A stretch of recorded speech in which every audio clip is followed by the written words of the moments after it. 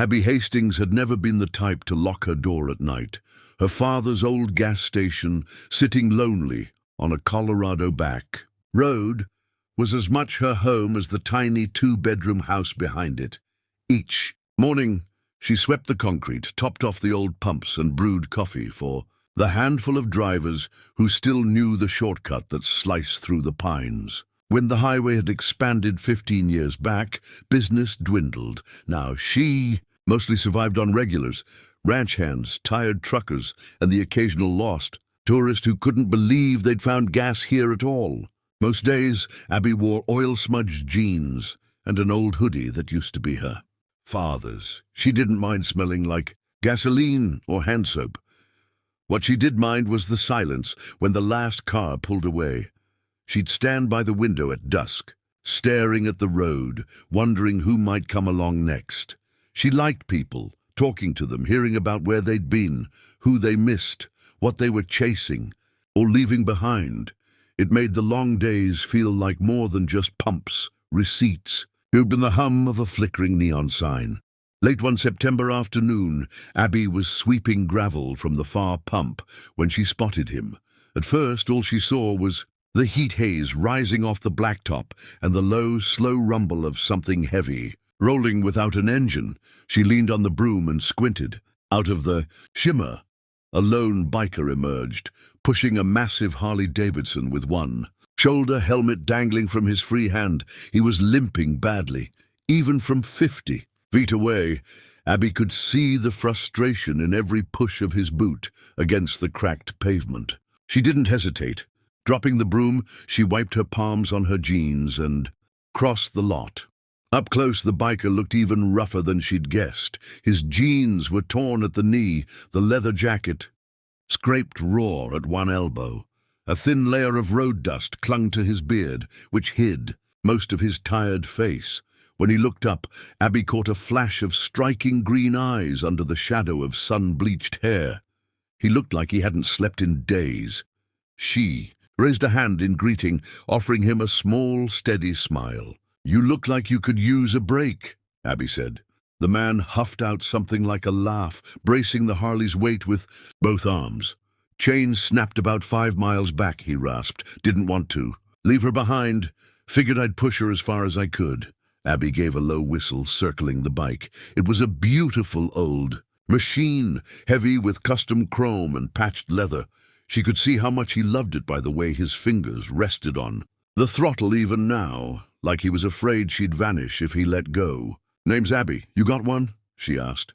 The biker cracked a dry grin. "Cole, thanks for asking." She nodded toward the pumps. "Come on, let's roll her into the garage. You look like you need water more than gas right now." Cole hesitated, pride flickering in his eyes, but then the exhaustion won.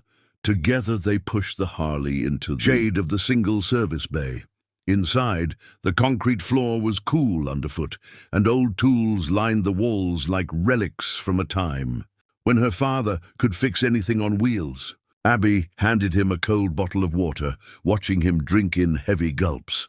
She found herself studying the tattoos peeking from his sleeves, the small scars on his knuckles, the slight wince whenever he shifted his weight. She didn't ask what he was running from or where he was headed. She just asked him to hold the flashlight, while she rummaged through a battered toolbox for chain links and spare pins.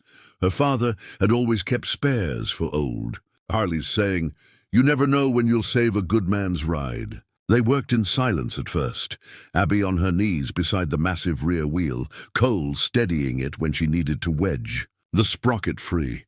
Outside, the sun dipped lower, painting the cracked lot in copper and gold. Abby felt sweat bead along her hairline, but she didn't stop. She liked the feeling of the wrench in her hand, the quiet focus it brought. She liked the small grunts of surprise Cole let slip whenever she tapped something back into place. Without a second guess, she liked the hush between them, built on unspoken trust. Cole tried to pay her. He dug out a worn leather wallet, fat with bills. Abby waved it away like she was batting at a fly. "Keep it," she said. "Next time, don't let that chain get so worn. She deserves better." Cole opened his mouth to argue, then shut it. He watched her with a look Abby couldn't name. It made her skin prickle. Under the cooling breeze drifting through the garage's open door, she wiped her greasy palms on a rag, then stuck out her hand to shake his, sealing something. Neither of them had spoken aloud. The Harley's engine purred when Cole turned the key. The deep rumble made Abby's heart flip. There was something magical about watching a machine come back to life, especially when you knew you'd been the reason. Cole revved the engine once, then killed it. He swung one leg over the seat but didn't move to leave. Instead, he slid off his helmet, raked a hand through his hair, and looked at her like she was the only thing in that wide, empty lot. "Why'd you do it?" he asked, voice softer now. Abby tilted her head, confused. "Why'd I fix your bike?" she said, as if it were the simplest thing in the world. He nodded. Abby shrugged. "Because you needed help, because I could, and because someday I'll need help too. Maybe you'll be the one who shows up." Cole's lips twitched into something that was almost a real smile. He reached into his jacket and pulled out a crumpled business card. "I owe you one, Abby Hastings. You ever need anything, you call that number. No questions asked." She laughed, shoving the card into her pocket without looking at it. As the sun sank behind the pines, Cole's Harley rumbled to life again. Abby stood by the pumps, arms crossed over her chest, watching his taillight fade into the dusk. The wind picked up, carrying the scent of pine and old oil. She thought about the card in her pocket, the quiet weight of it. Maybe she'd never use it. Maybe she'd toss it in a drawer and forget. But that night, as she locked up the garage and shut off the neon sign, she felt different, like something small had shifted, like a door cracked open just enough. Sleep didn't come easy for Abby that night. She lay in bed listening to the crickets outside her window, thinking about Cole's tired eyes, the warm rumble of that old Harley, the softness in his voice when he said her name. Maybe she was foolish for not taking the money. Maybe she'd regret it when the next fuel delivery came due and she had to scrape together coins from the tip jar to pay for it. But she couldn't bring herself to regret helping a stranger. That had always been her father's rule: help if you can. Just before dawn, Abby got up, wrapped herself in her father's old flannel, and stepped out onto the porch. The pines loomed dark and silent, the sky just beginning to hint at pink. She let the cool air fill her lungs, reminding herself that she was still here, still standing, still ready to face whatever rolled up next. She didn't know that somewhere, on a stretch of highway miles away, a biker named Cole was replaying her kindness in his head over and over. She didn't know she'd changed, more than just a broken chain that evening. Abby locked the door behind her and padded back to bed. She left the card on the nightstand, its edges curled, the ink smudged just a little where her thumb had pressed it. She thought about what tomorrow might bring. More broken tires, another lost trucker, maybe even no one at all. That was the gamble with this place. You never knew who'd pull up, who'd stay, or who might leave something behind that would change everything. Abby smiled into the dark, letting her mind drift toward dreams filled with roaring engines and bright headlights on lonely roads. Abby woke up to the sound of an engine she didn't recognize. She blinked against the soft dawn light spilling through the kitchen window, clutching her father's chipped coffee mug between her cold hands. Outside, dust curled behind a long black SUV that clearly didn't belong to any of her regulars. She wiped her palms on her flannel, heart tapping faster than usual. No one ever came this early unless they needed something desperate, or they were lost enough to find her old station by mistake. She pushed the door, opened the morning air biting at her bare arms. The SUV's engine cut off. The door swung open, and for a moment Abby braced herself for someone rough, maybe a city slicker already mad at how far they'd driven off course. But instead, a woman stepped out. Tall, neat blazer, dark hair twisted into a sleek bun, her heels sinking into the cracked gravel. She looked wildly out of place next to Abby's faded pumps and the dusty sign with missing letters. The woman's eyes found Abby immediately, studying her like she was a puzzle someone had left unsolved for too long. Abby straightened her shoulders. "Miss Hastings?" the woman asked, her voice calm but edged with something Abby couldn't name. I'm looking for an Abigail. Hastings. Abby forced a smile that felt too big for her face. You found her, she said, leaning against the doorframe. The woman gave a short nod, then turned and opened the back door of the SUV. Abby's breath caught when she saw Cole step out. He looked different in daylight. Hair brushed back, a fresh shirt instead of the battered jacket, but still unmistakably the same man she'd watched roll away under the stars the night before. Cole didn't say anything at first. He walked closer, boots crunching on the gravel, that same slow confidence about him. Abby felt her palms go clammy. She wondered if she'd done something wrong, if he'd found something wrong with her fix, if he'd come to demand his money back after all. But when he stopped in front of her, all he did was smile. "Morning, Abby," he said, voice softer than before. "Didn't mean to. Show up uninvited. This is Lorna. She works with me." Abby's eyes flicked to the woman in the blazer, who now seemed almost amused. Lorna stepped forward, extending a perfectly manicured hand. "Miss Hastings," she said again, but warmer this time. "I'm Lorna Tate. Cole didn't tell you much about himself, did he?" Abby blinked. "No, ma'am. He didn't owe me anything." Cole gave a quiet laugh behind her, and Lorna raised an eyebrow at him like they'd rehearsed this moment. "He left out a lot," Lorna said. "Cole's not just another biker, Miss Hastings. He owns 7 trucking companies and a logistics firm and half a dozen properties like this gas station, but better funded." Abby's jaw dropped. She looked at Cole. Cole just shrugged, scratching his chin. "Didn't seem important," he said. "You helped me because you could, not because you knew who I was." Abby felt heat flood her cheeks. She wanted to hide her hands in her pockets, but she forced herself to stand tall. "I help anyone who needs it," she said, her voice steadier than she felt. Lorna gave her a smile that made Abby's heart pound in her ears. "That's exactly why we're here, Miss Hastings. Cole wants to invest in this place. He wants you to run it, and maybe more." Abby's knees almost gave out. She gripped the doorframe behind her like it was a lifeline. Cole stepped closer, lowering his voice so only she could hear. "You fixed my bike, didn't take a dime. I drove all night thinking about what you said. Help if you can. I want to do the same. There's too many lonely gas stations and forgotten roads like this. They need people like you, Abby, not suits and managers." Abby stared at him.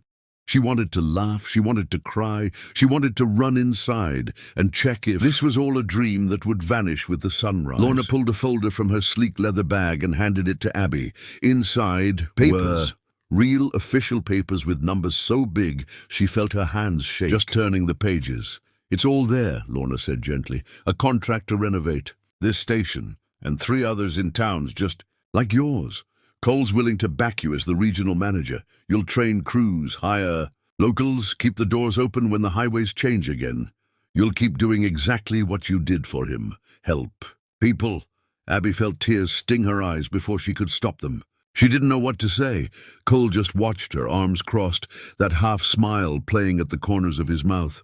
"Say, yes, Abby," he said softly. "You've been waiting your whole life to do more than sweep this lot. You deserve it." Abby looked past him at the pumps, the rusted sign, the little garage bay where her father's tools still hung exactly as he'd left them. She thought about all the people who'd rolled through, the tired truckers, the runaways, the ranch hands with stories. They only trusted her to hear. She thought about what she could build here. She said yes. Her voice cracked when she did, but it was still her voice. She signed the first page without letting herself overthink it. Lorna squeezed her hand so tightly it almost hurt. Cole looked like he'd won a bet he hadn't told anyone else about. They stood there in the early sun, 3 people who shouldn't have belonged together, but somehow did. Abby felt the weight in her chest lift, like she'd been holding her breath for years, and didn't even know it until now. She wondered what her father would say if he could see her. Over the next weeks, the gas station changed in ways Abby hadn't dared dream about. New pumps arrived first, shiny and efficient, no more coaxing ancient nozzles to spit out the last few drops. Then a crew rolled in with ladders and fresh paint, scrubbing decades of grime off the walls. They fixed the neon sign so it glowed warm and steady in the dark, guiding strangers. Like a lighthouse in the pines, Abby kept sweeping the lot every morning anyway, watching the transformation happen piece by piece, like someone was putting her old life back together, but brighter. Cole didn't disappear after signing the papers. He showed up most mornings, sleeves rolled up, helping lift crates, hauling boxes, drinking terrible coffee from the same chipped mugs Abby had always used. They talked about engines and lost highways and how many people they could help next. Sometimes Lorna called from her sleek office downtown, asking about budgets or staff schedules. But mostly, she left Abby alone to run it her way. Word spread fast. A local girl saving. A dying stop on the old route, giving it new life when the world kept passing by too fast. Truckers who hadn't stopped in years came rolling back in, tipping their hats and pressing crumpled dollars into the tip jar. Families detoured from the new highway just to see if the stories were true, that a girl named Abby Hastings had saved an old station with nothing but a wrench and a promise. Sometimes, late at night, Cole would sit beside her on the front steps. Boots scuffed, eyes tired but bright. They didn't always talk. They didn't have to. Sometimes the hum of the pumps and the rustle of the pines were enough to say it all. Abby knew things wouldn't stay easy forever. There would be days when the pumps broke down again, when the deliveries got delayed, when she'd want to scream at the endless paperwork and the stress of it all.